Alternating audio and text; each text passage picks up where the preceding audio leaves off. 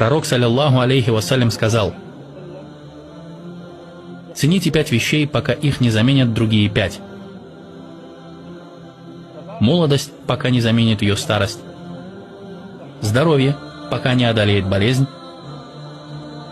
Богатство, пока не настанет бедность. Свободное время, пока не придет занятость. Жизнь, покуда ее не прервет смерть». И это состояние не будет таким постоянно.